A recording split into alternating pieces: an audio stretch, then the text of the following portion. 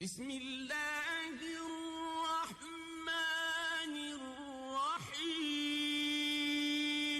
اعوذ باللہ من الشیطان الرجیم بسم اللہ الرحمن الرحیم ان الذین یکتمون ما انزل اللہ من الكتاب ویشترون به ثمنا قلیلا اولئک ما يأكلون في بطونهم إلا النار ولا يكلمهم الله يوم القيامة ولا يزكيهم ولهم عذاب أليم أولئك الذين اشتروا الضلالة بالهدى والعذاب بالمغفرة فما أصبرهم على النار ذلك بأن الله نزل الكتاب بالحق وإن الذين اختلفوا في الكتاب لفي شقاق بعيد صدق الله العلي العظيم۔ سورہ بقرہ کا 21واں رکوع چل رہا ہے۔ گزشتہ آیات مبارکہ میں اللہ رب العالمین کا حکم تھا کہ پاکیزہ حلال چیزیں کھاؤ، اللہ کا شکر ادا کرو، پلیت چیزوں سے اور حرام چیزوں سے، خون سے، خنزیر کے گوشت سے، غیر اللہ کے نام پر ذبح ہونے والے جانوروں سے اپنے آپ کو بچاؤ۔ اور یہاں سے آگے پھر اللہ تعالیٰ نے یہودیوں کی ایک خرابی کا تذکرہ فرمایا ہے، لیکن عمومی انداز میں، یعنی وہی خرابی ان کے اندر پائی گئی تو وہ تباہ ہو گئے، رسوا ہوئے۔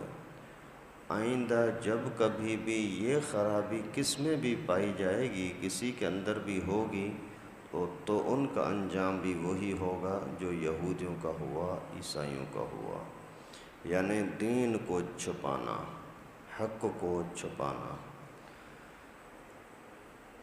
تو اللہ تعالیٰ فرماتے ہیں ان الذین یکتمون ما انزل اللہ من الکتاب ویشترون به ثمنا قلیلا اولئک ما یأکلون فی بطونہم الا النار۔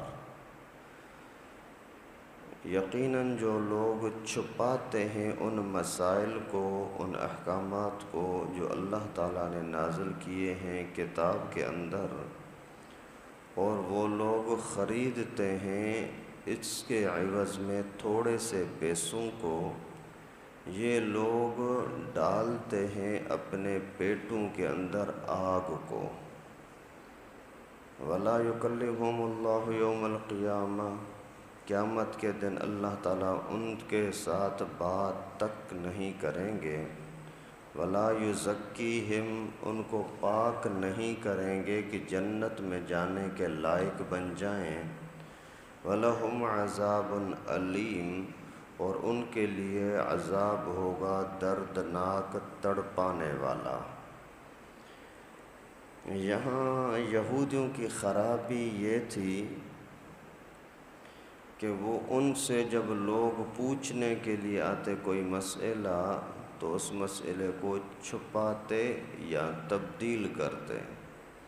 چھپاتے اس طرح سے کہ نہیں، اس طرح کا حکم تورات کے اندر، انجیل میں ہے ہی نہیں، یا پھر تبدیل کر لیتے کہ اپنا آدمی ہے تو مسئلہ شریعت کا کوئی اور بتا دیا، کوئی غیر آدمی ہے تو کوئی اور بتا دیا، امیر ہے تو حکم کوئی اور بتا دیا، غریب ہے تو حکم کوئی اور بتا دیا، طاقتور کے لیے اور شریعت، کمزور کے لیے اور شریعت۔ اس طریقے سے وہ حق کو چھپاتے تھے۔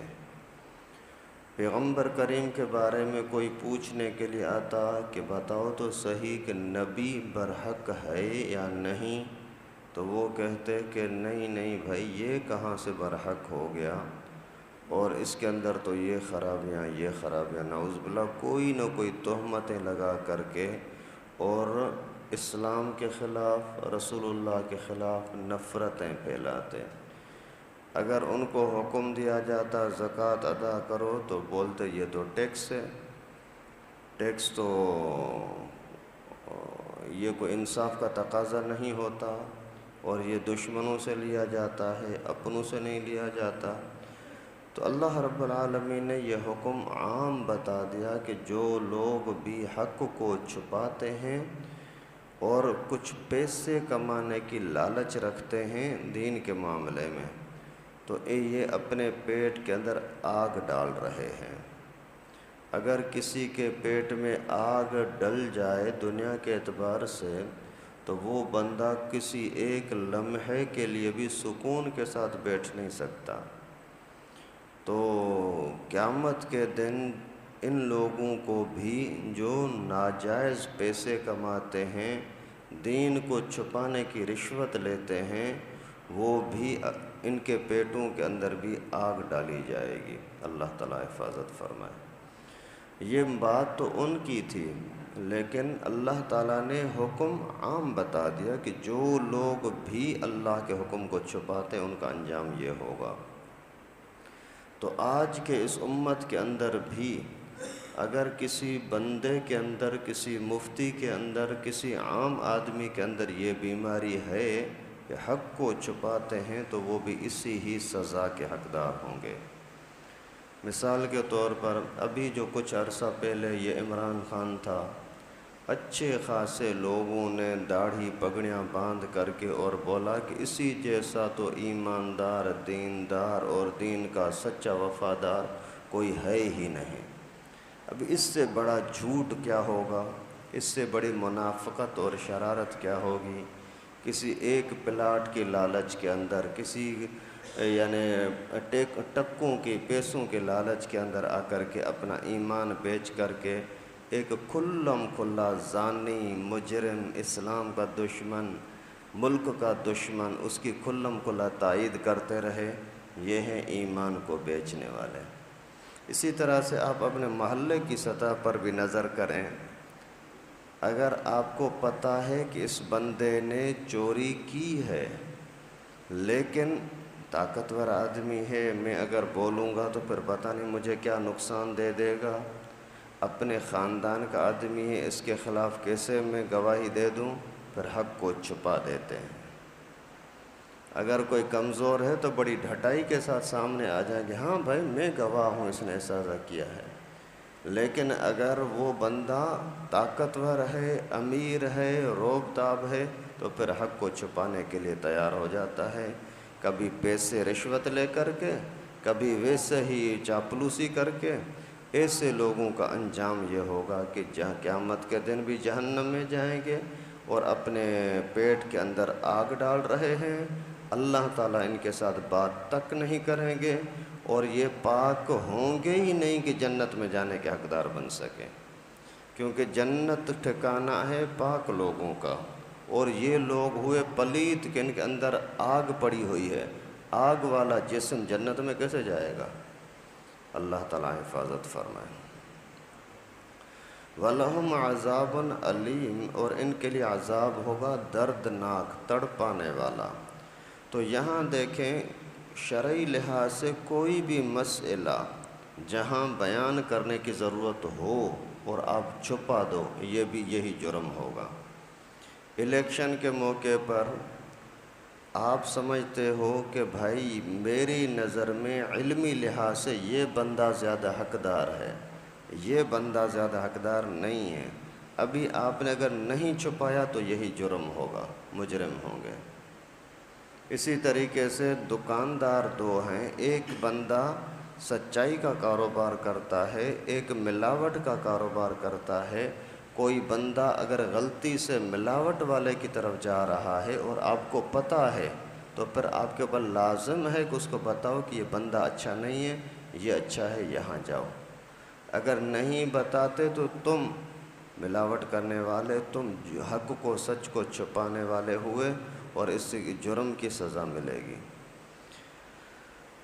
اولئک الذین اشتروا الضلالۃ بالہدی، یہ وہی لوگ ہیں جنہوں نے ہدایت کے بدلے گمراہی کو لے لیا۔ ہمیں ہدایت نہیں چاہیے، گمراہی کے اوپر ہم چلیں گے، پھر دنیا میں بھی رسوا ہوں گے، آخرت میں بھی رسوا ہوں گے۔ یعنی ہدایت پیدائشی طور پر انسان کے طبیعت میں تھی۔ کل مولود یولد علی فطرۃ، ہر بچے کے دل میں ہدایت اچھائی ہوتی ہے۔ فَأَبَوَاهُ يُحَوِّدَانِهِ أَوْ يُمَجِّسَانِهِ أَوْ يُنَصِّرَانِهِ، پھر ماں باپ اس کو خراب کرتے ہیں، ماحول اس کو خراب کرتا ہے۔ تو اس کے دل میں بھی ہدایت تھی، اچھی بات تھی، لیکن خود اس کو چھوڑ کر کے اور گمراہی کی طرف چلا گیا۔ وَالْعَذَابَ بِالْمَغْفِرَةِ، بخشش کے بدلے اس نے عذاب کو قبول کر لیا۔ مجھے پٹائی ہو بھلے ہو، لیکن رحمت مجھے نہیں چاہیے۔ جیسے ایک بندہ کھانے کے اعتبار سے ایک اچھی چیز، مناسب چیز، حلال چیز سامنے پڑی ہوئی ہے، اس کو چھوڑ کر کے اور پاخانے کے اندر ہاتھ ڈالتا ہے کہ میں تو یہ کھاؤں گا، تو اسی طریقے سے کوئی بندہ قرآن کو چھوڑ کر کے، دین کو چھوڑ کر کے، حق کو چھوڑ کر کے گمراہی کی طرف جاتا ہے، تو اس کی مثال بھی یہی ہے۔ فما اصبرہم علی النار، تو کس چیز نے ان کو اس آگ جیسی چیز پر بھی یعنی ڈٹے رہنے کا ذہن بنایا؟ کس وجہ سے یہ آگ پر بھی تیار ہو گئے کہ ٹھیک ہے ہم آگ کے اندر پڑے رہیں گے، خیر ہے، لیکن ہم حق پر نہیں چلیں گے۔ یہ ان کی بے وقوفی ہے۔ کیوں؟ اس لیے کہ جب آدمی حق کو چھوڑتا ہے نا، تو اس کو وہ غلط کو غلط سمجھتا ہی نہیں ہے۔ جیسے بہت سارے لوگ ایسے ہوتے ہیں، ان کو بولو یار تو یہ حرام کام کر رہا ہے، بولتا ہے یار چلو چھوڑو یار، چلنے دو، چلتا ہے۔ اور کچھ لوگ ایسے ہوتے ہیں جن کو حرام تو چھوڑو، صرف شبہ ہو جائے کہ شاید یہ اچھا نہیں ہے، چھوڑ دیتے ہیں، چھوڑو بھائی، میری آخرت برباد نہ ہو، دنیا کے اندر بھیک کو لے کر کے بھی گزارا کروں گا، بھوکا پیاسا رہ کر کے بھی گزارا کروں گا، لیکن اپنے آخرت برباد نہیں کر سکتا۔ ذالک بأن اللہ نزل الکتاب بالحق، یہ اس بنا پر وہ جہنم کے حقدار بنیں گے کہ اللہ تعالیٰ نے کتاب کو برحق نازل کیا ہے، انہوں نے حق کو چھوڑا، اس وجہ سے یہ جہنم میں جائیں گے۔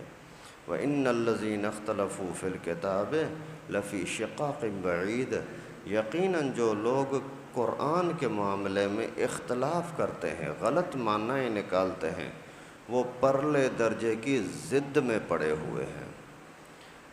یعنی جو قرآن پاک کو غور کرتے ہیں پھر بھی نہیں مانتے، سمجھو کہ یہ ضد کی وجہ سے نہیں مانتے۔ یہ نہیں ہو سکتا قرآن پاک کو سمجھنے کی کوشش کرو اور قرآن سمجھ میں نہ آئے، ایسا نہیں ہوتا۔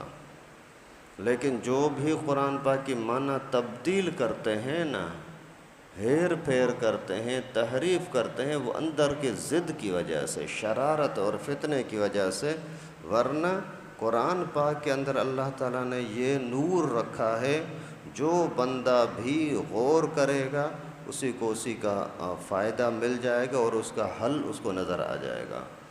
جیسے دنیاوی لحاظ سے قرآن پاک کی کسی آیت کو کسی بھی مقصد کے لیے پڑھو، اسی آیت کو آپ کینسر کے علاج کے لیے پڑھو، اللہ شفا دے گا، بخار کے لیے پڑھو، اللہ تعالیٰ اسی آیت سے شفا دے گا۔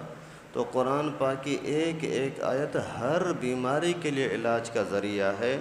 اسی طریقے سے قرآن پاک کی کسی بھی آیت میں غور کرو اور آپ کو ہدایت نہ ملے، ایسا نہیں ہو سکتا۔ اللہ تعالیٰ سے دعا ہے کہ اللہ پاک ہم سب کو ان خرابیوں سے بچنے کی توفیق نصیب فرمائے جو یہودیوں میں تھی، عیسائیوں میں تھی، یا آج کل کے منافق لوگوں کے اندر ہیں کہ دین کے مسائل کو اپنی مرضی کے مطابق چلاتے ہیں اور دنیا کے معاملات میں حق کو چھپا کر کے اور جھوٹ کا، گمراہی کا اور گندگی کا ساتھ دیتے ہیں۔ اللہ رب العالمین ہم سب کو اس طرح کی خرابیوں کو سمجھنے کی، بچنے کی توفیق نصیب فرمائے۔ اللہ رب العالمین قرآن پاک پڑھنے کی، سننے کی، آگے قرآن پاک کے مسائل پہنچانے کی توفیق نصیب فرمائے۔